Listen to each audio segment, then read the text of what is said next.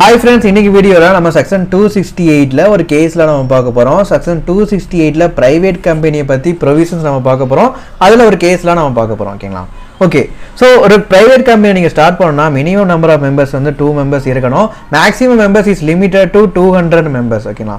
So members வந்து பார்த்தா 2 to 200 இருந்தா போதும் நம்ம ஒரு பிரைவேட் கம்பெனி வந்து நம்ம ஸ்டார்ட் பண்ணிரலாம். சோ இந்த டோட்டல் நம்பர் ஆஃப் மெம்பர்ஸ்ல நம்ம பிரசன்ட் எம்ப்ளாயீஸ் அண்ட் பாஸ்ட் எம்ப்ளாயீஸை நம்ம இன்க்ளூட் பண்ண மாட்டோம். ஓகேங்களா? ஓகே. ஸோ எம்ப்ளாயிஸ் எதுக்கு நம்ம மெம்பர்ஸாக யோசிக்கணும் அப்படின்னு நீங்கள் யோசிப்பீங்க. ஓகேங்களா?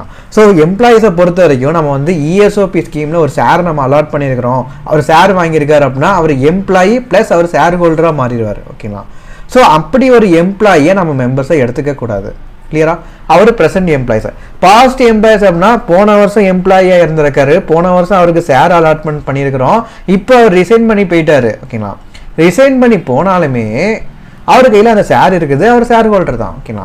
ஸோ இப்போ அவர் ரிசைன் பண்ணி போயிட்டாரு, அவர் ஷேர் ஹோல்டராக இருக்காரு அப்படிங்கிறதுக்காண்டி அவரையுமே நம்ம மெம்பர்ஸை எடுத்துக்க கூடாது. ஓகேங்களா? ஸோ ப்ரெசென்ட் எம்ப்ளாயிஸாக இருக்கட்டும், பாஸ்ட் எம்ப்ளாயிஸாக இருக்கட்டும், அவர் கையில் ஷேர் இருந்தாலும் அவங்கள நம்ம மெம்பர்ஸை எடுத்துக்க மாட்டோம். ஓகேங்களா? ஸோ அதில் நம்ம ஒரு கேஸில் நம்ம பார்க்கலாம். ஸோ இந்த கேஸால் வந்து பார்த்தீங்கன்னா எம்என்பி லிமிடெட் வந்து ஒரு registered public company. Okay. So public company. So இப்போ இவங்க என்ன பண்ணியிருக்காங்க அப்படின்னா இவங்களோட இன்ஃபர்மேஷன் வந்து கொடுத்துருக்காங்க.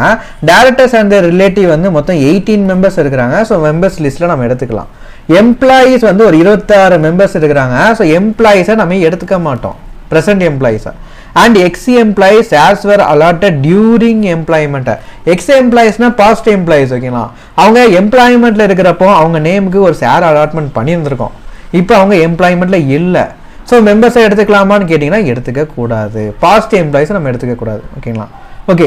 மெம்பர்ஸ் ஹோல்டு ஷேர் ஜாயிண்டாக ஹோல்ட் பண்ணி வச்சிருக்காங்க. ஸோ அது 14 மெம்பர்ஸ். ஸோ அவங்களையும் நம்ம எடுத்துக்கலாம். நெக்ஸ்ட் அதர் மெம்பர்ஸ் ஒரு 137. ஸோ அவங்களையும் நம்ம எடுத்துக்கலாம். So total number of members நீங்கள் கவுண்ட் பண்ணுறப்போ 18 + 14 + 137. ஸோ நீங்கள் 3 நீங்கள் ஆட் பண்ணுறப்போ உங்களுக்கு 162 வரும். இதில் ப்ரெசென்ட் அண்ட் பாஸ்ட் எம்ப்ளாயிஸை நம்ம கவுண்டிங்கில் நம்ம எடுக்கல. ஓகேங்களா? ஓகே. ஸோ இப்போ இந்த கொஸ்டின்ல வந்து என்ன கேட்டிருக்காங்கன்னா, இப்போ board of directors of MNP limited propose to convert the company into a private limited company. இந்த பப்ளிக் லிமிடெட் கம்பெனியை பிரைவேட் லிமிடெட் கம்பெனியா கன்வர்ஷன் பண்ண போறாங்க. கன்வெர்ட் பண்ண முடியுமா? ப்ரொவிஷன் வந்து அப்ளிகபிளான்னு சொல்லி கேட்டிருக்காங்க. ப்ரொவிஷன் தாராளமாக பண்ணலாம். ஏன்னா மினிமம் நம்பர் ஆஃப் மெம்பர்ஸ் வந்து 2 இருக்கணும், மேக்ஸிமம் நம்பர் ஆஃப் மெம்பர்ஸ் வந்து 200 இருக்கணும். ஸோ 162 மெம்பர்ஸ் தான் இருக்கிறாங்க. ஸோ அழகாக இந்த கம்பெனி என்ன பண்ணலாம், பிரைவேட் லிமிடெட் கம்பெனியை நம்ம கன்வெர்ட் பண்ணலாம். ஓகேங்களா? ஸோ அதான் இங்கே கொடுத்துருக்காங்க. ஸோ ரீட் பண்ணி பாருங்கள். ஸோ இந்த ப்ரொவிஷன்லாம் இல்லை கேஸால் ஏதாச்சும் டவுட் இருந்துச்சுன்னா வாட்ஸ்அப்பில் இல்லை கால் பண்ணி நீங்கள் கேட்கலாம். ஸோ இதை பற்றி நிறைய கான்செப்ட் நீங்கள் தெரிஞ்சுக்கணும் அப்படின்னா நம்மளோட சேனலை சப்ஸ்கிரைப் பண்ணுங்கள். பை.